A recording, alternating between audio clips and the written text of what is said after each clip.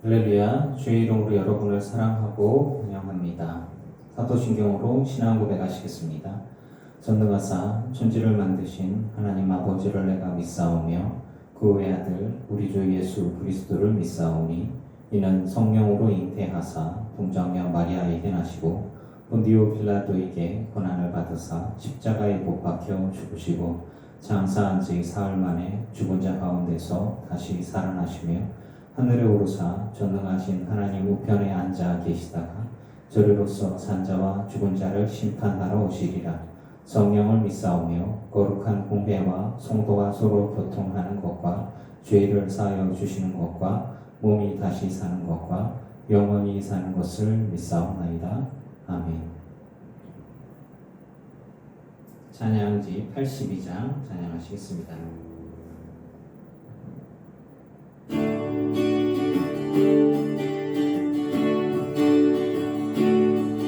하늘에 해와 날들아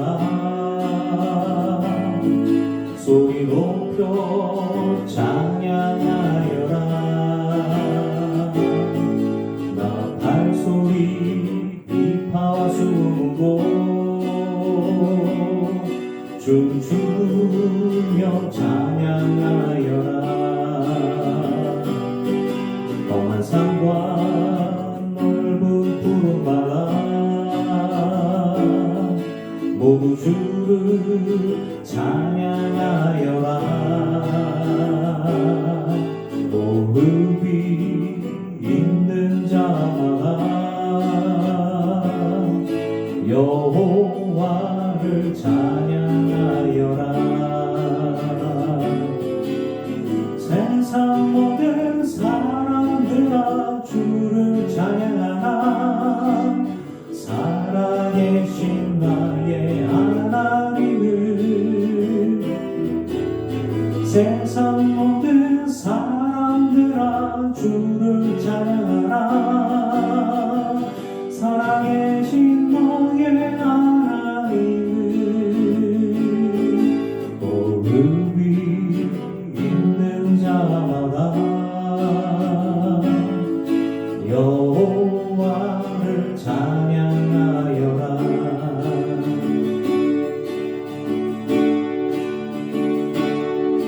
하늘에 해와 달들아 소리 높여 찬양하여라. 나 발소리 비파와 수고 춤추며 찬양하여라. 험한 산과 넓은 푸른 바다 모두 주를 찬양하여라.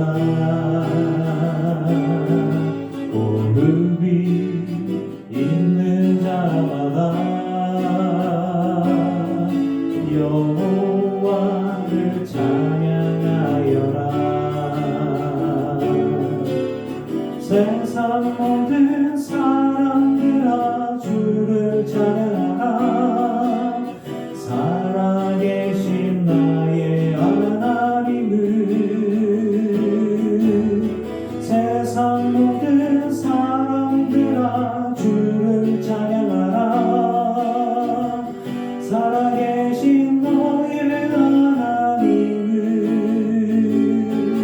호흡이 있는 자마다 여호와를 찬양하여라. 호흡이 있는 자마다 여호와를 찬양하여라.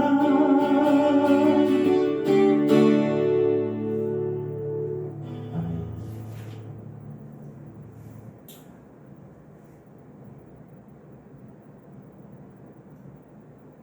84장 나를 지으신 주님 고백하시겠습니다. 나를 지으신 주님 내 안에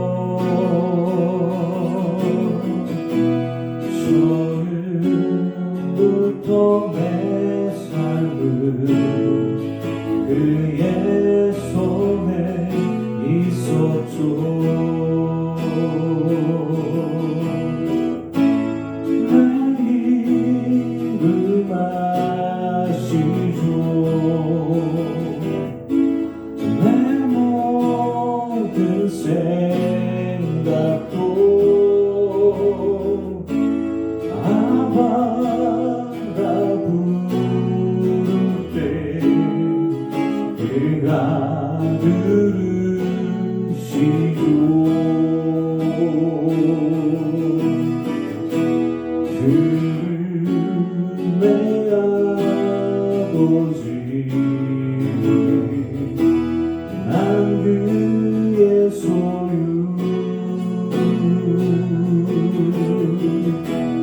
내가 어딜 가든지 날 떠나지 않죠.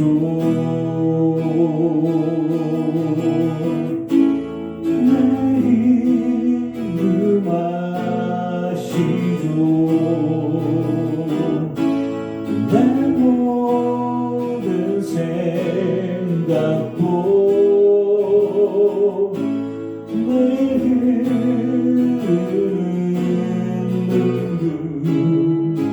그가 닦아주셨죠. 그는 내 아버지 난 그의 소유 내가 어딜 가든지 날 떠나지 않죠.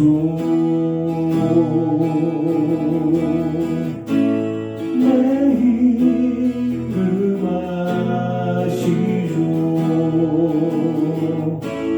내 모든 생각도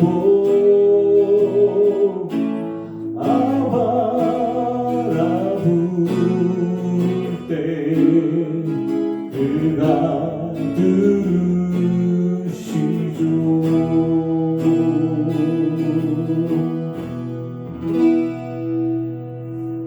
아멘.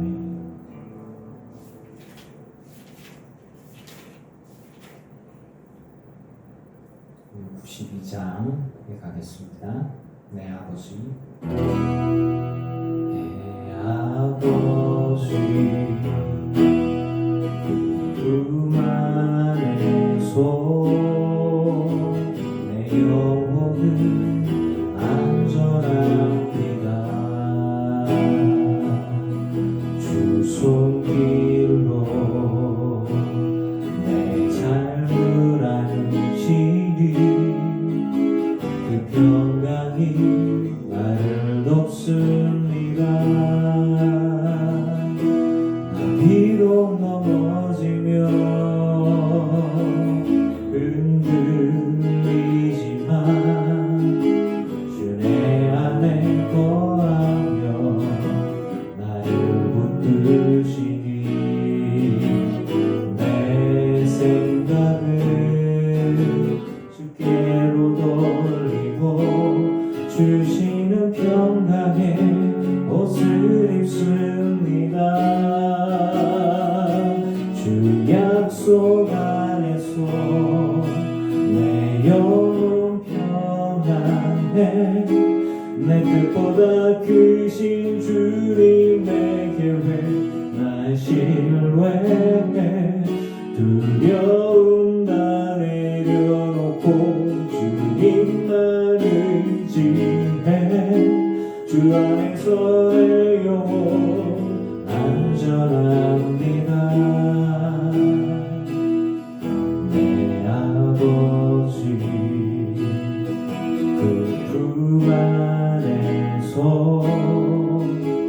내 영혼은 안전합니다. 주 손길로 내 삶을 안시니 그 평강이 나를 돕습니다. 나 비록 넘어지면 흔들리지만 주 내 안에 거하며 나를 붙드시니 내 생각을 주께로 돌리고 주시는 평강의 옷을 입습니다. 주 약속 안에서 내 영혼 평안 사랑해 내 뜻보다 크신 주님에게 왜 나실래 두려움 다 내려놓고 주님만 의지해 주 안에서 내 영혼 안전합니다 주 안에서 내 영혼 안전합니다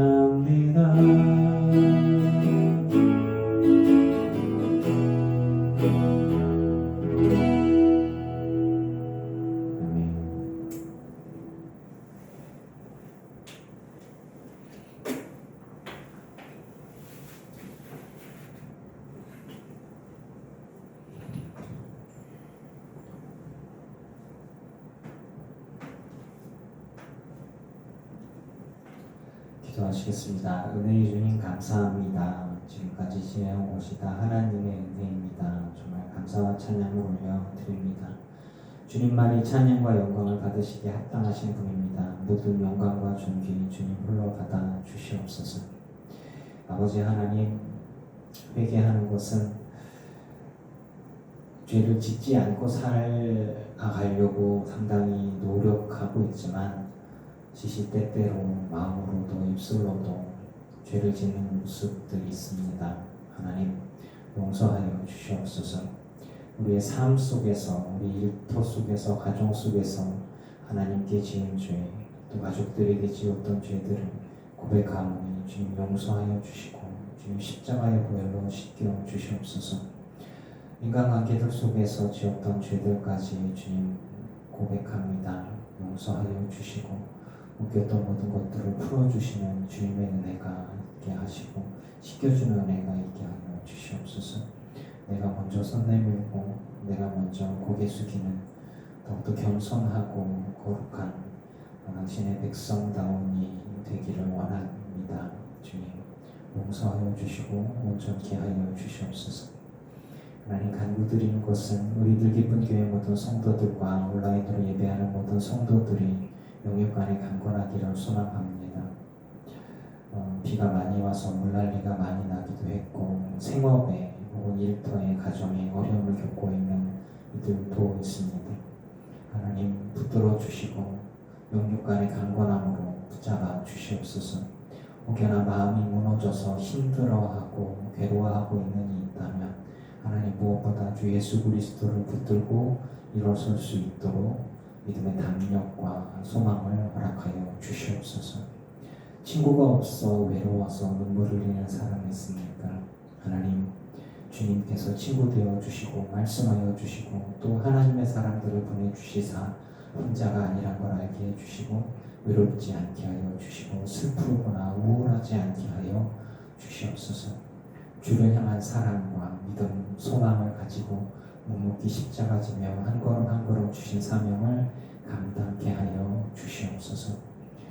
육신적으로 연약하고 어려운 이들, 물질적으로 어려워하는 이들, 하나님 이들이 기도와 간구 부르짖음을 주님 기억하여 주시고 다들 어렵고 힘들어하는 시대와 시간들 속에서도 소망 가지고 일어서며 기적같이 하나님의 은혜가 상식으로 우리 인생 가운데 정말 이루어지는 역사를 보게 하여 주시옵소서. 영육간에 기적이 일어날 수 있게 하여 주시고 소망 없는 이에게 소망을 주시고 꿈을 꾸게 하여 주시고 영적인 소망, 하나님 나라에 대한 소망뿐 아니라 이 땅에서도 하나님의 은혜 가운데 우리가 어떠한 어려움들 속에서도 일어서며 소망 가지고 당당하게 그리스도인으로서 살아가고 또 감당해낼 수 있도록 은혜를 베풀어 주시옵소서.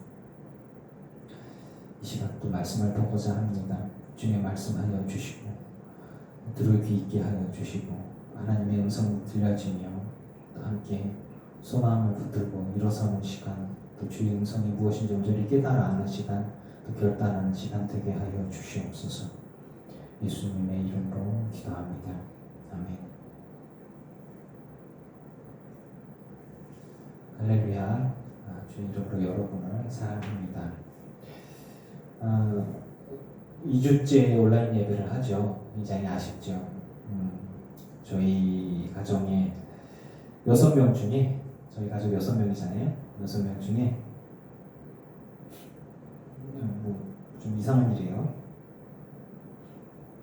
저 빼고 5명이 다 걸렸어요. 그래가지고 아들놈들 둘은 이제 중간에 거의 다 나았고요. 그래서 격리가 해제되는 와중에 있고 이제 사모랑 이제 저희 딸들 둘이 다 양성이 나와서 이제 약을 먹으면서 치료를 받고 있는데 큰 딸이랑 아내가 좀 많이 힘들어 하더라고요. 오늘이 토요일이거든요. 토요일 영상을 찍고 있는데 월요일부터 해갖고 안 좋더니 오늘쯤 전화하니까 이제 목소리가 조금 나와요. 어제까지도 목소리가 제대로 여보세요. 어때? 뭐지? 이제 이런 거의 여러분 주변에서 코로나 많이 걸리신 분들이 이게 좀 가까이 많더라고요. 네. 집안의 미스테리예요. 저는 왜 안 걸렸는지.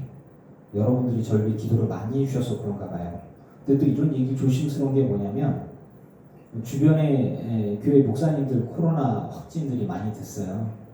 그 목양교회 존경하는 저희 목사님도 그렇고 제가 좋아하는 용광제일교회 목사님도 그렇고 또 제가 좋아하는 교회 목사님도 그렇고 하여튼 주변에 꽤 많이 가까운 분들이 많이 걸리셨어요. 그래서 제가 말 잘못했다가는 누구는 기도 안 해줬냐? 이렇게 될 테니까 아무튼 모르는 건 모르는 거니까 감사하게도 여러분의 담임 목사는 안 걸렸어요. 음성이에요. 양성인데 안 아픈 게 아니라 그냥 안 걸렸어요. PCR 검사에 음성으로 나오더라고요. 그래서 혼자 독방을 일주일째 쓰고 있습니다. 네.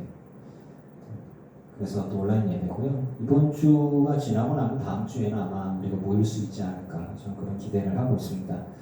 그 중간에 제가 안 걸려야 될 것 같아요. 네, 제가 또 혼자 아파가지고 막 이러면 또 다음 주도 못 하고요. 여러분 기도해 주시면 좋겠고요.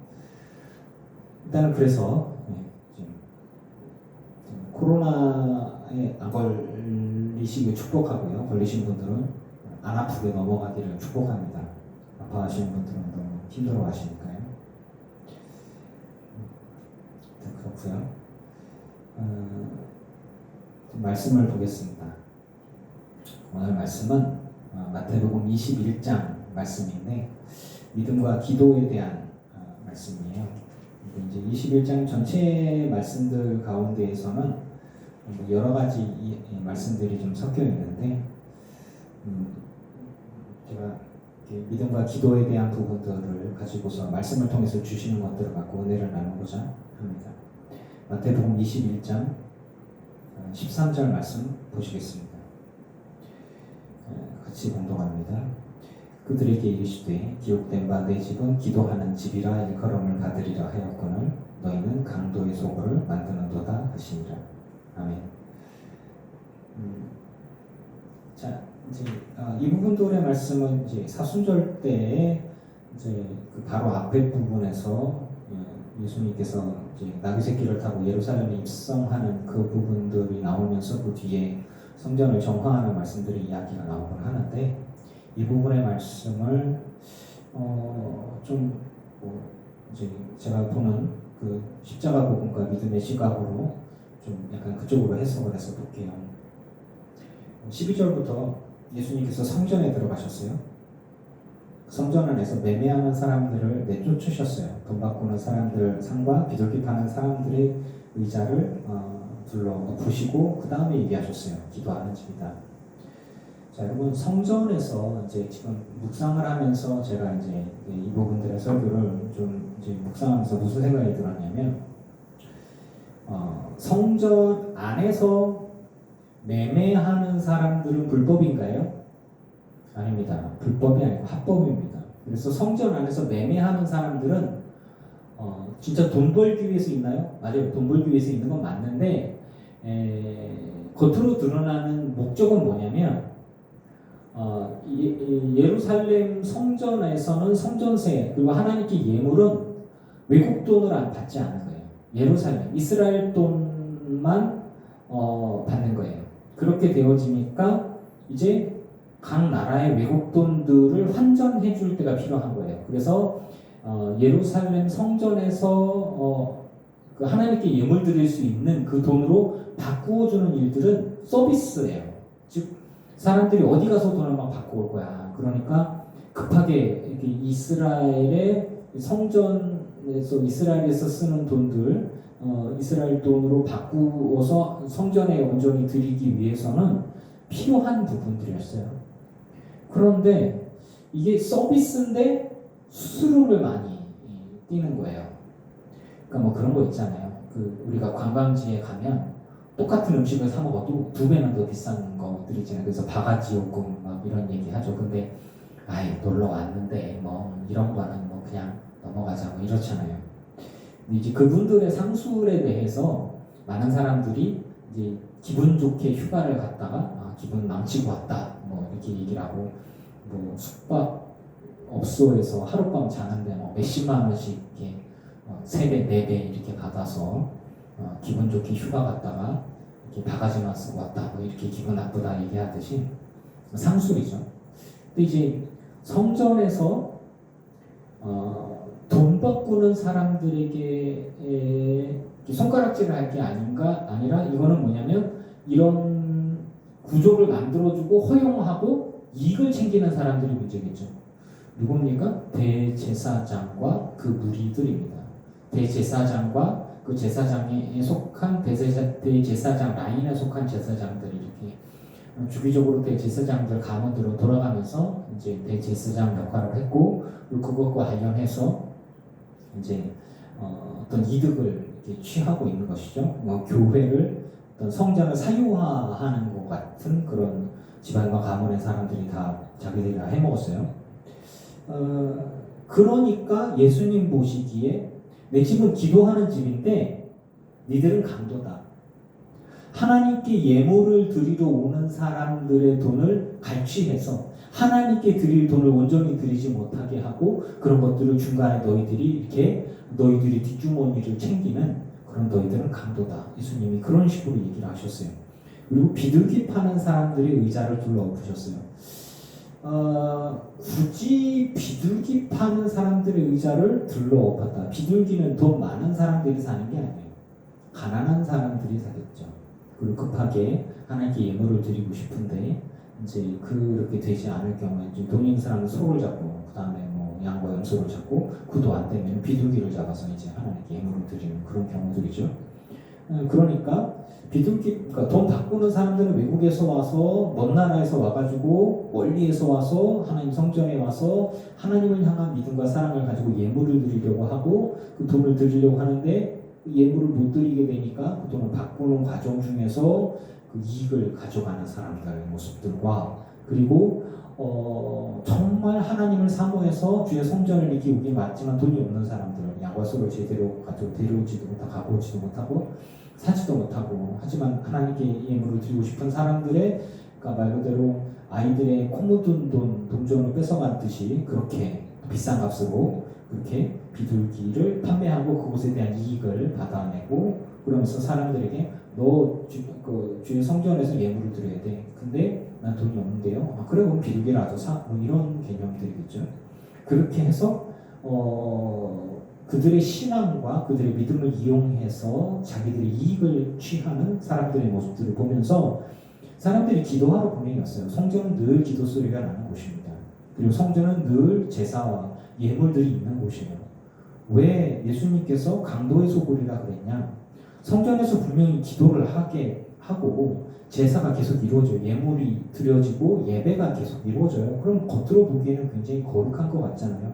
하지만 그 이면에 담겨있는 돈 바꿔주는 사람들의 서비스와 그리고 비둘기 파는 사람들의 서비스 그 뒤에 숨어서 그 많은 돈들을 착취하고 있었던 사람들의 신앙과 믿음을 이용해서 자기 뒷주머니를 차고 있었던 제사장들의 무리들을 통해서 그들에게 하시는 예수님의 말씀은 니들은 강도다라는 이야기를 하는 거예요. 그래서 성전은 기도하러 와야 되는데 어떻게 돈 버는 곳이 되어졌냐 그러면서 이게 막 들러엎으면서 그러면서 맹인과 전원이들이 어디 이상 들어가지 못해요.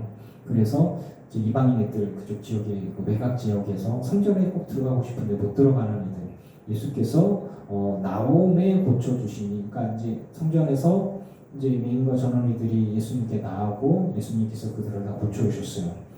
그러고 나서 그들은 어떻게 할게요? 몸이 온전해지니까 온전하지 못하면 더 앞으로 나아가지 못했는데 그들이 치료를 받고 혹은 치료받기 위해서 예물을 드리는 경우도 있고요. 기도하고 하나님 도와주세요, 치료해 주세요, 건강케 해주세요. 뭐 이제 이런 소원들을 가지고 하나님께 나오기도 하고요. 뭐 그렇죠. 절실함을 가지고 믿음과 간절함을 갖고 주님 앞에 나온 이들이 있는데 그들의 간절함과 믿음을 이용해서 돈을 버는 사람들의 모습들이 있었고 예수님은 그것을 싫어하셨습니다. 그리고 그들을 강도라고 이야기를 했고 성전이 강도의 소굴로 만들어졌다라고 비판을 하셨어요. 이제 대제사장과 서기관들이 율법학자들이 나와서 예수님의 하시는 그 기적들과 어린 아이들이 호산나 메시아가 오셨다 그거예요. 다윗의 자손이야. 이곳에 메시아가 오셨다. 그분이 오셨다. 어린 아이들은 그러니까 어린 아이들은 거리끼는 게 없는 거예요. 어린 아이들은 눈치를 보지 않습니다. 어른들은 사람들의 눈치를 봐요. 대제사장과 제사장들과 혹은 바리새파와 사두개파 사람들의 어떤 수군수군대는 것과 그래서 예수님을 싫어하는 것들과 또 예수를 메시아라고 얘기하는 사람들은 잡아 쳐먹겠다 뭐 이런 것들 같은 살벌한 이야기들이 쭉 나오는데 애들한테 그런 얘기가 들려지지 않죠. 그러니까 애들은 신나는 거예요. 막 경제가 고쳐지고 저런 사람이 막 회복되어지고 앞이 안 보는 사람이 보이고 그러니까 막 메시아가 오셨다 메시아네. 그러니까 모든 사람들이 입을 다물고 하지 못하는 이야기들을 어린 아이들은 순수하게 그 모습을 보고 있는 모습 그대로 받아들이면서 믿음을 가지고 이분은 메시아다. 호산나 다윗의 자손이여 높은 곳에는 호산나 하면서 이렇게 소리를 지르고 이렇게 하나님을 찬미하고 찬양하는 일이 발생합니다. 예수님께서 어린아이와 젖먹이들 입에서 나온 찬미를 온전하게 하였다 함을 너희가 읽어본 일이 없느냐. 그것을 이제 그렇게 말씀을 하시고 그냥 나오셨어요. 저 이 부분들 읽으면서 갑자기 드는 생각들이 뭐냐면 또 이제 어떤 좀 이게 요즘에 성경 비판적으로 나는지 모르겠어요. 만약에 교회가 여러분들에게 헌금을 강요한다면, 만약에 교회가 여러분들의 자녀를 위해서 헌금 봉투를 챙겨서 자녀의 이름으로 헌금하시오. 그러면 주님이 목사가 축복기도를 해주거나 혹은 강사가 분강사가 축복기도를 해줘서 여러분들의 자녀가 하나님의 복을 받게 될 것입니다. 라고 해줬다면, 그렇다면 오늘 읽은 말씀과 별반 다르지 않는 거 아닌가 라는 묵상을, 안타깝게도 이런 것들을 묵상하게 되네요. 성도들의 믿음은 순수합니다. 그리고 성도들의 신앙 고백도 순수합니다. 그런데 그 믿음과 순수한 신앙의 고백과 열심들을 이용해서 직분을 받으려면 얼마나 헌금해야 한다고 하든가, 아니면 우리 교회 구성원이 되려면 어느 정도 헌금을 하라고 하든가, 또 교회의 건축을 위해서 우리가 다 장로는 얼마, 권사는 얼마, 집사는 얼마 의무적으로 헌금하라고 서약을 하게 하고 헌금하게 한다고 하든가, 그것은 주를 위한 것이 아니라 교회와 그리고 교회의 주관자들, 뭐 담임 목사를 비롯해서 어떤 직분자들 중에서 지휘자들이라고 얘기를 할게요. 그런 이들을 위한 것들이 아닌가. 이것이 주님을 위한 믿음이냐 결단하게 하고 헌금하게 하고 그런 것들을 강요하게 한다면 강도의 소굴과 다를 바가 뭐가 있느냐라는 묵상을 해오게 됐어요. 자, 은혜로운 묵상을 해야 되는데 또 이런 묵상을 하게 되네요. 여러분, 성전은 기도하는 집이 맞습니다. 성전은 교회는 돈 버는 곳이 아니에요. 성전은 기도하는 곳입니다. 여러분, 이곳에서 기도하시고 그리고 이곳에서 주님을 기쁘시게 하는 일에 무엇인지 여러분 온전히 분별하시고 충성하시고 헌신할 수 있기를 바라고, 여러분의 순수한 믿음과 충성들이 어떤 사람의 배를 혹은 어떤 이들의 배를 채우는 일에 이용되어져서 강도의 소굴에 들어가서 이렇게 주님이 기뻐하시려고 하는 관계없는 일들에 너무 이렇게 심하게 쓰임받지 않기를 축복합니다. 그럼 요즘 목사 잘해야 되겠죠. 이제 이 믿음과 기도에 있어서 어린 아이들은 그냥 믿고 고백했어요. 그리고 예수님께서 성전을 향해서 하신 얘기가 이거는 기도하는 곳이야.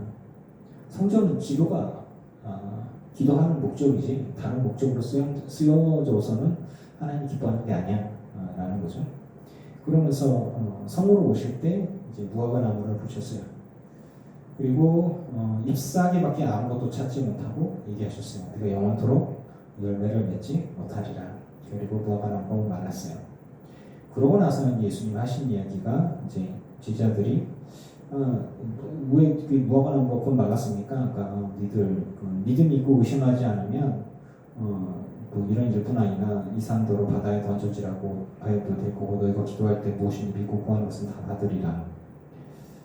좀 이 말씀을 저는 붙들고 더 기도를 우리가 더 해야 되지 않겠나. 정말 믿고 기도하며 하나님이 들어주신다. 예수님이 분명히 말씀해 주신 것이니까 이 말씀을 듣고 조지밀러처럼 정말 기도해야 되지 않겠나. 이런 어떤 당위성과 함께 어떤 도전도 또한 저한테 오는 게 사실입니다.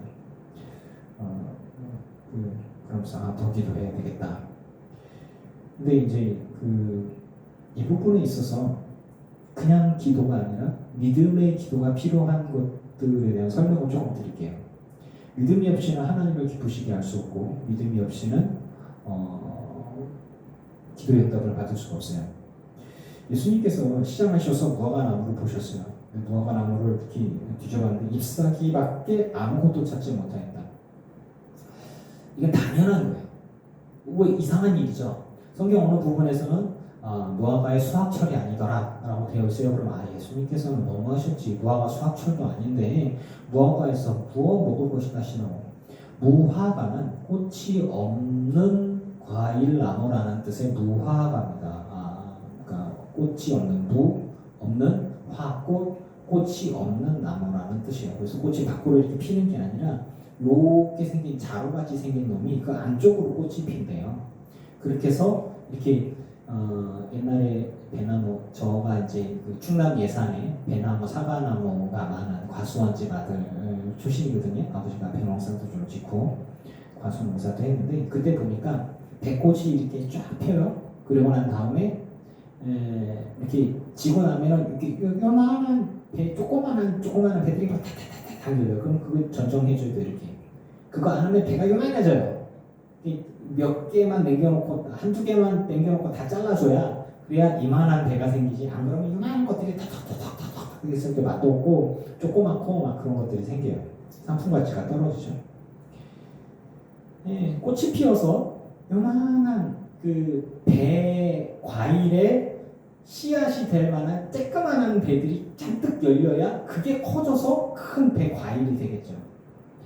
예수님께서 말씀하신 무화과 나무에서 빨갛게 익은 무화과 열매 수확기가 되어서 다 따먹을 수 있는 무화과 열매를 찾으신 게 아니에요.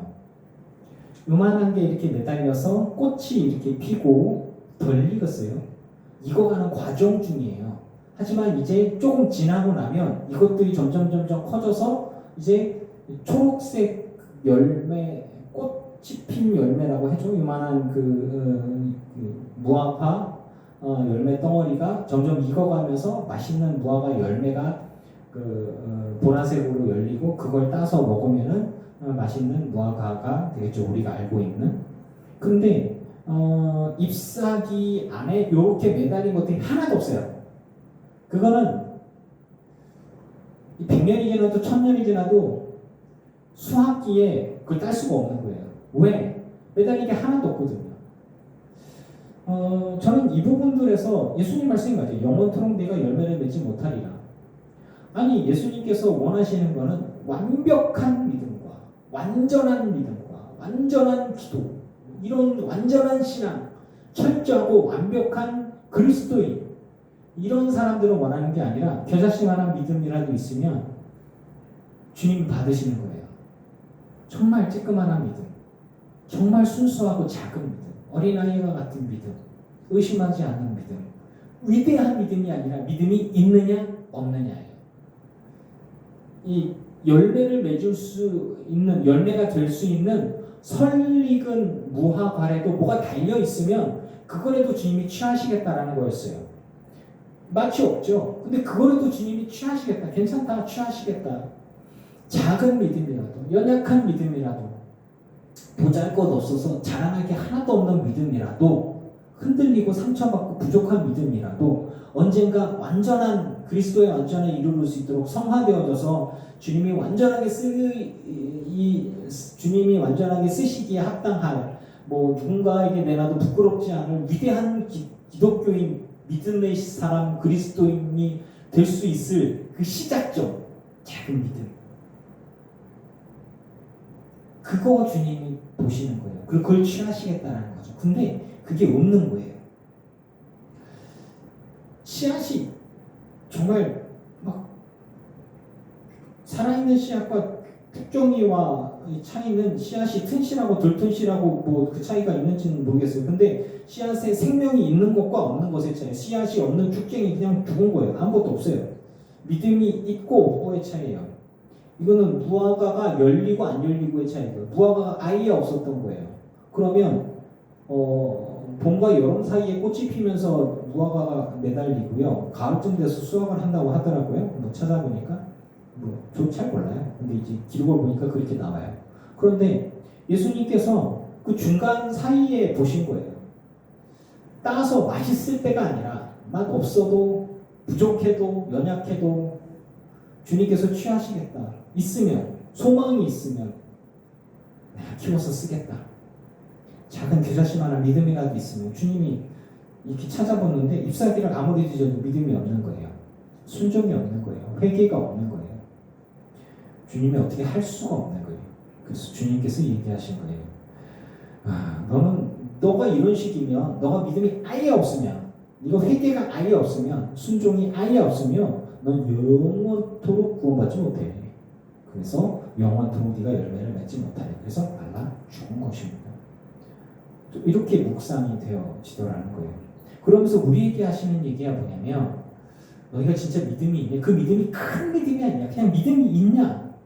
의심하지 않는 믿음이 있냐? 그러면 이 무화과의 기적이 좀 기적이라고 생각되어지냐? 이건 아무것도 아니야. 네가 이런 믿음을 갖고 하나님께 기도하면 네가 불가능할 것 같은 산이나 바다나 뭐 이런 일들도 하나님께서 이루어내실 거야. 구원이, 영생이 불가능할 것 같고, 산을 막 옮길 만한 뭔가 위대한 일을 해야만 할 것 같고, 우리가 뭔가 대단한 일을 해야지만 구원을 얻고 영생을 얻고 그럴 것 같지만, 가만히 보면 그냥 믿음만 있으면 돼.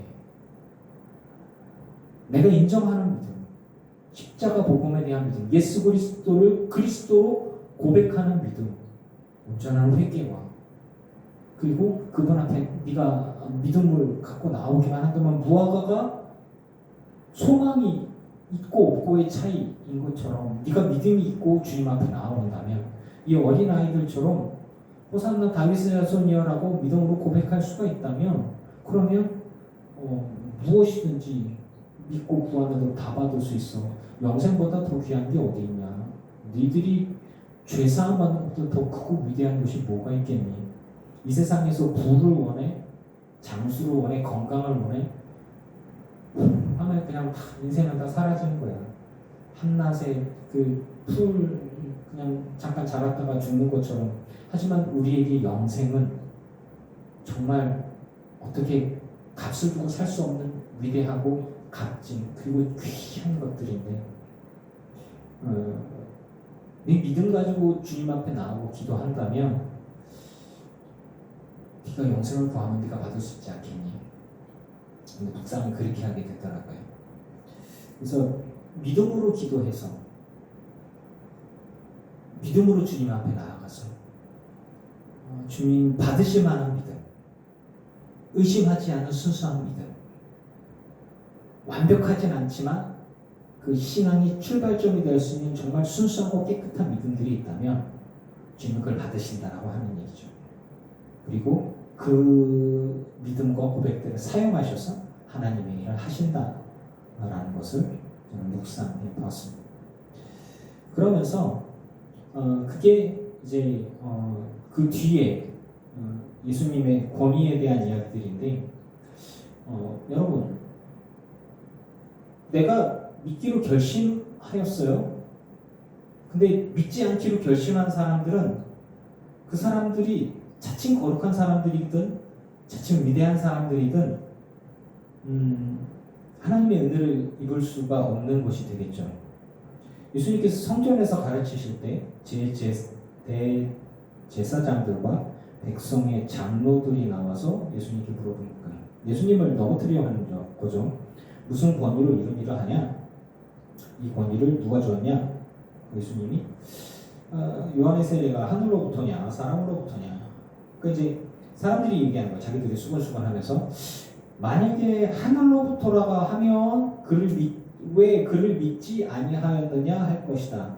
왜냐하면 대제사장과 이 백성의 장로들이 세례 요한을 믿지 않았어요. 세례 요한을 따르지 않고 세례 요한 앞에서 그가 외쳤던 회개하라 천국이 가까웠느니라 라고 얘기하면서 주의 오실 길을 예비하라. 그 세례 요한이 전해줬던 그 그리스도의 복음의 메시지를 미리 준비하고 회개하면서 기다리고 메시아를 기다려야 될 거 아니에요. 근데 백성의 장로들과 대제사장들은 그러기가 싫었던 거예요. 그러니까 그러지 않기로 결심한 거죠. 세례 요한을 따르지 않기로 결심한 것이고 세례 요한을 인정하지 않기로 결심했던 것이에요. 그러니까 믿음이 없었고 그리고 따르지 않았던 거죠. 그래서 하늘로부터냐 이게 이렇게 얘기하면 왜 그를 믿지 아니하였냐? 우리가 믿지 않기로 결심하였으니까 이건 문제가 되는 거잖아요. 그러니까 그러면 아니야. 사람으로부터 한 거다. 그런데 사람들이 다 세례 요한을 선지자로 인정을 하니까 백성들이 돌을 쳐서 백성들이 돌을 던져서 자기들을 칠 거라는 거죠. 그 상식적인 거예요. 백성이 무섭다. 백성은 무서운데 하나님은 안 무서운 거죠. 그러니까 믿지 않기로 결심한 사람들, 회개하지 않기로 결심한 사람들. 이 사람들 같은 경우에는 분명히 이들은 하나님의 백성으로 출발한 사람들이에요. 그런데 아쉽게도 이들은 자기들이 그동안 해왔던 믿음의 방법과 그 방식, 그 흐름들을 붙들고 놓을 생각이 없었던 것이죠. 사람들이 얘기합니다. 우리가 요한의 세례가 하늘로부터인지 사람으로부터인지 우리가 알지 못한다.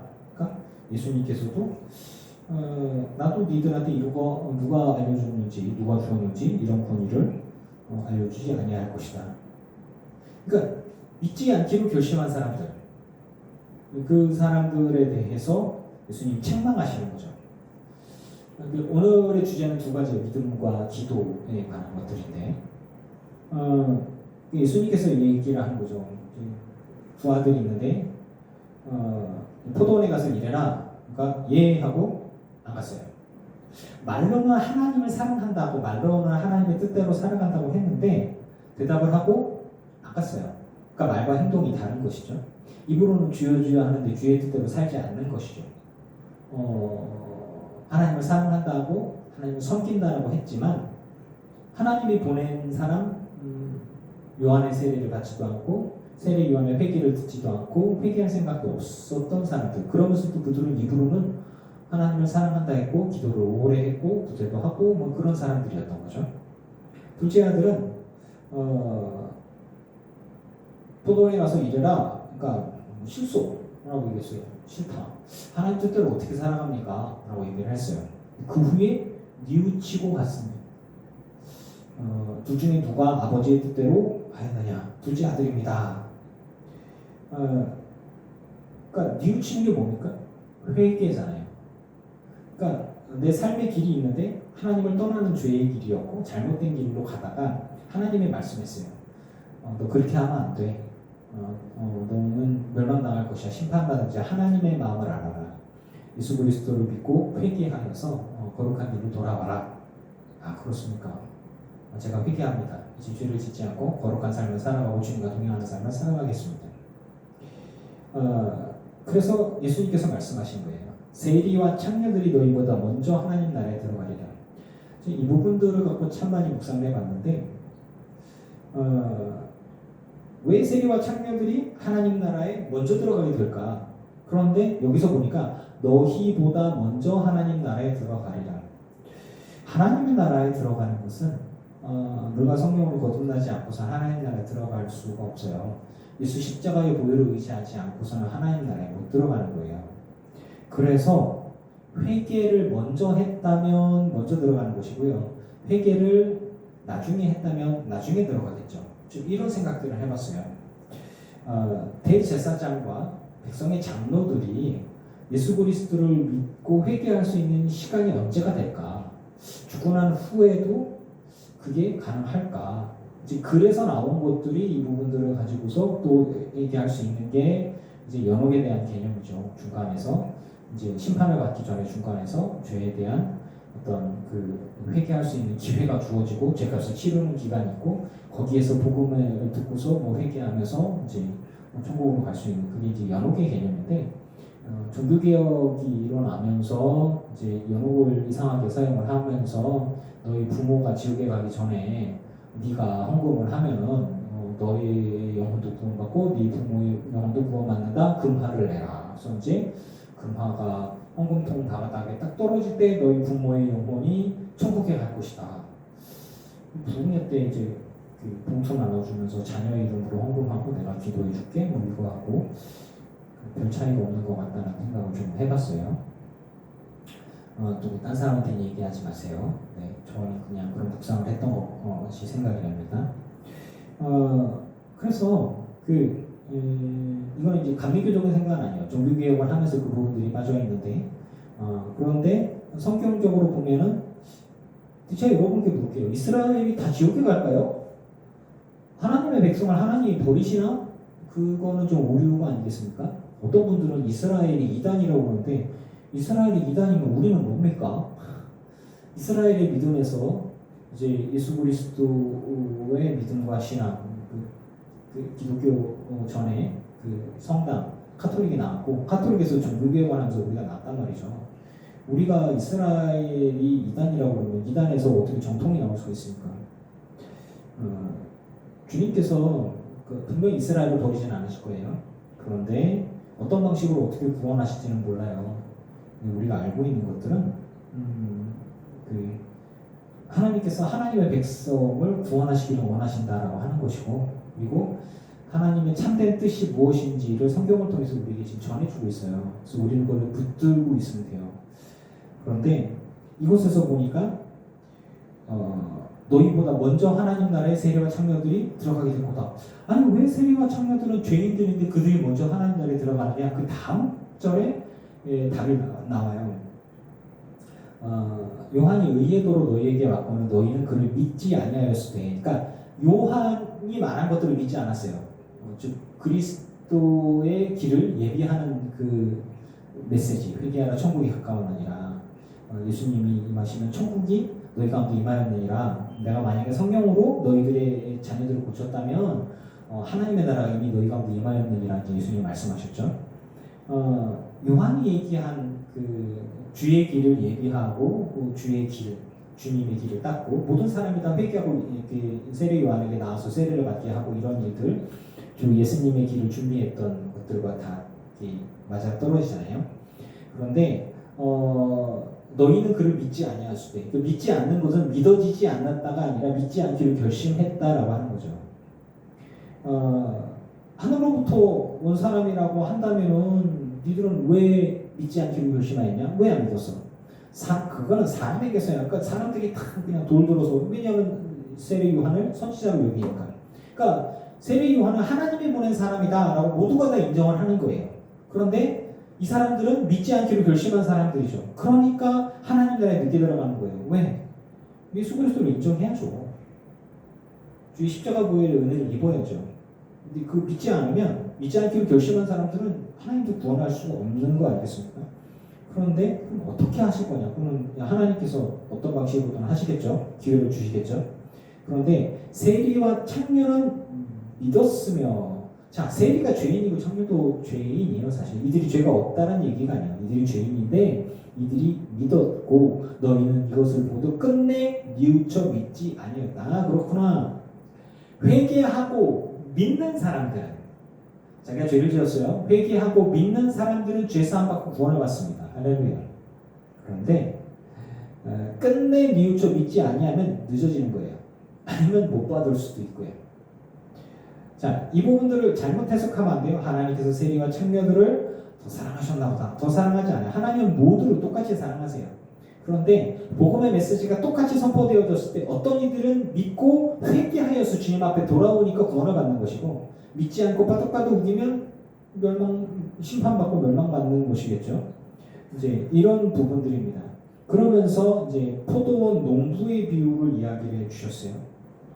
한 집주인이 포도원을 만들어 사물탈을 들고 거기에 집자는 틀을 만들고 망대를 짓고 농부에게 새로 주고 타국에 갔다.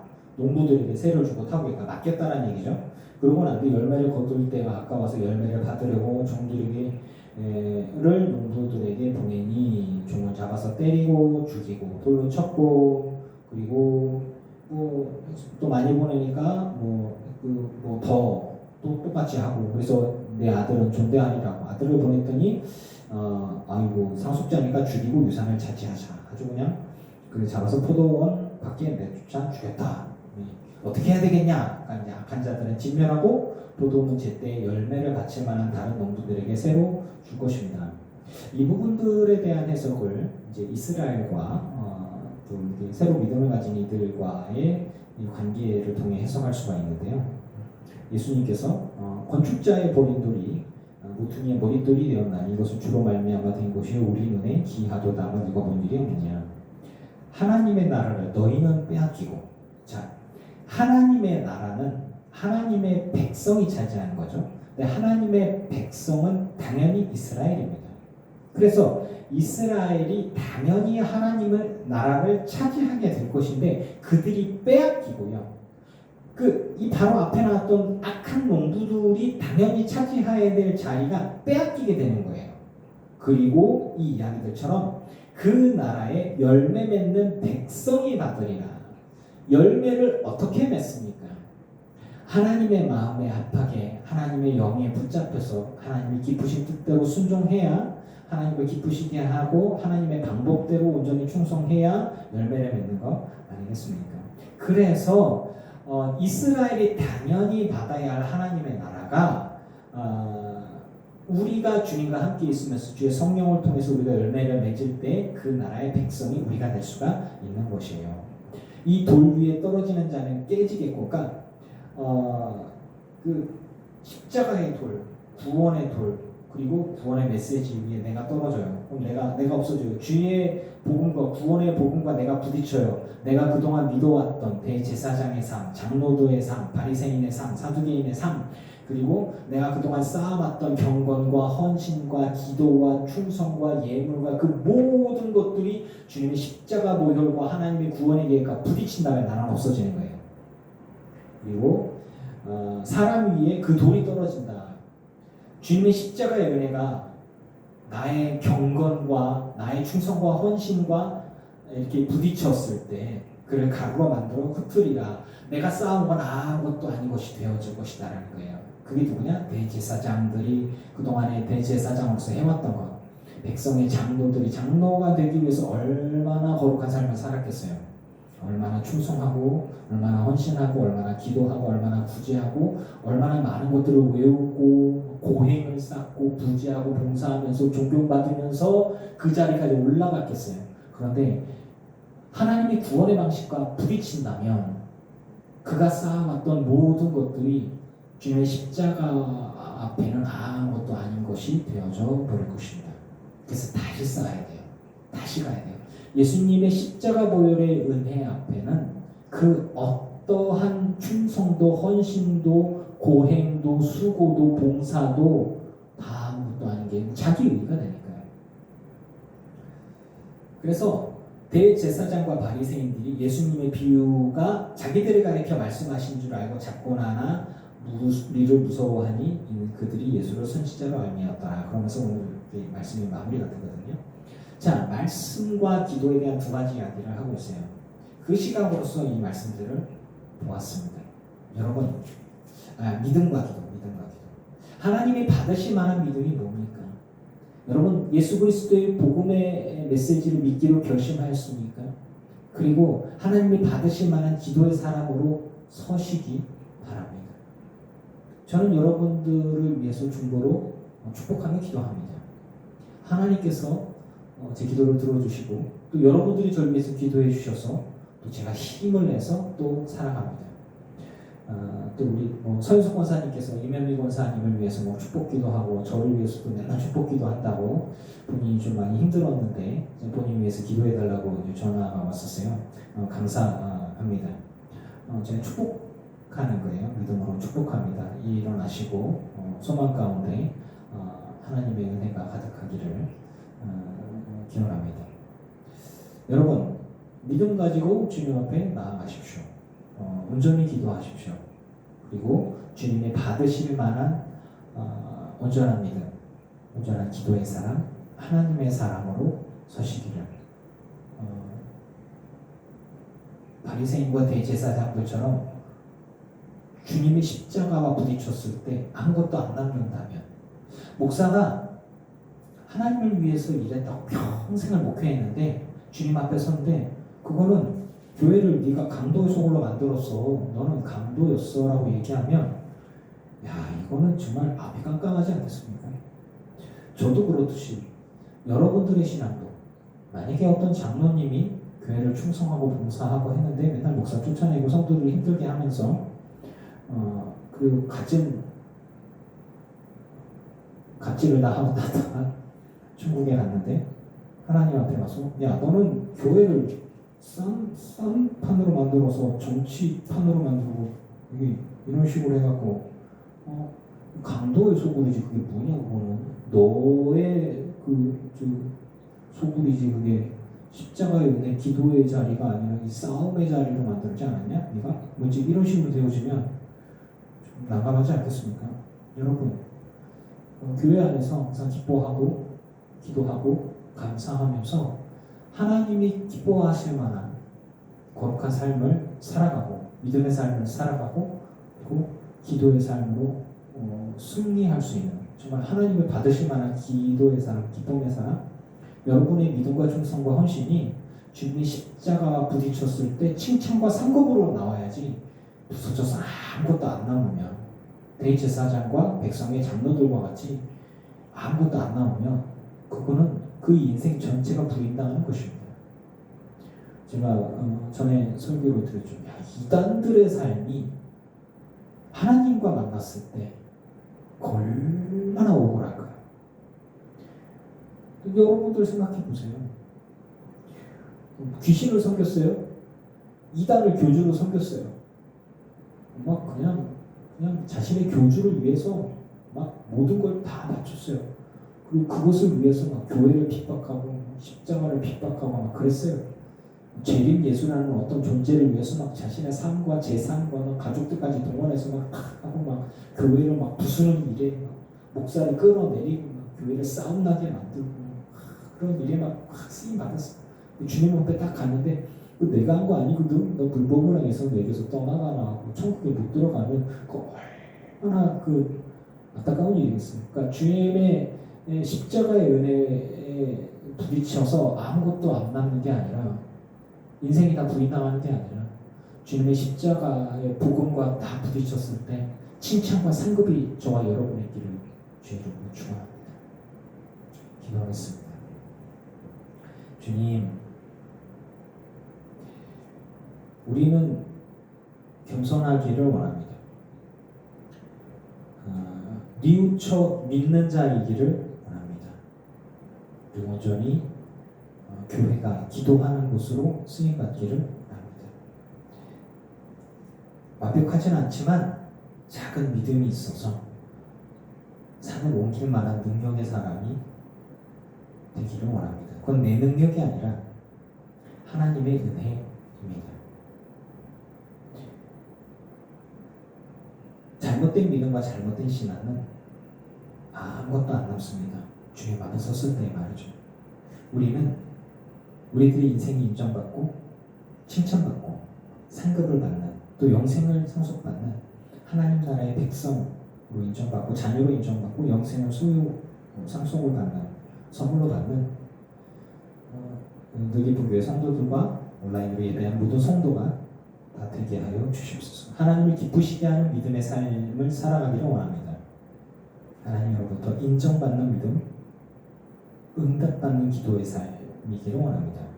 그리고 그러한 인생이기를 원합니다. 주여, 우리에게 영적 분별력을 갖게 해주시고 믿음과 기도로 승리하는 그리스도인들 다 되게 하여 주시옵소서. 우리 인생이 기도가 되게 하시고 하나님의 인도하신 가운데 다 평안하고 승리하는 이들 되게 하옵소서. 예수님의 이름으로 기도합니다. 아멘. 이제는 우리 주 예수 그리스도의 크신 은혜와 성부 하나님의 지극하신 사랑하심과 성령님의 충만케 하시고 승리하게 하시는 은혜가 예배하는 느기쁜 교회 성도들과 온라인으로 예배하는 성도들과 모든 이들의 가정과 가문과 자손과 일터 위에 이제부터 영원토록 함께 없시기를 간절히 축원하옵나이다. 아멘.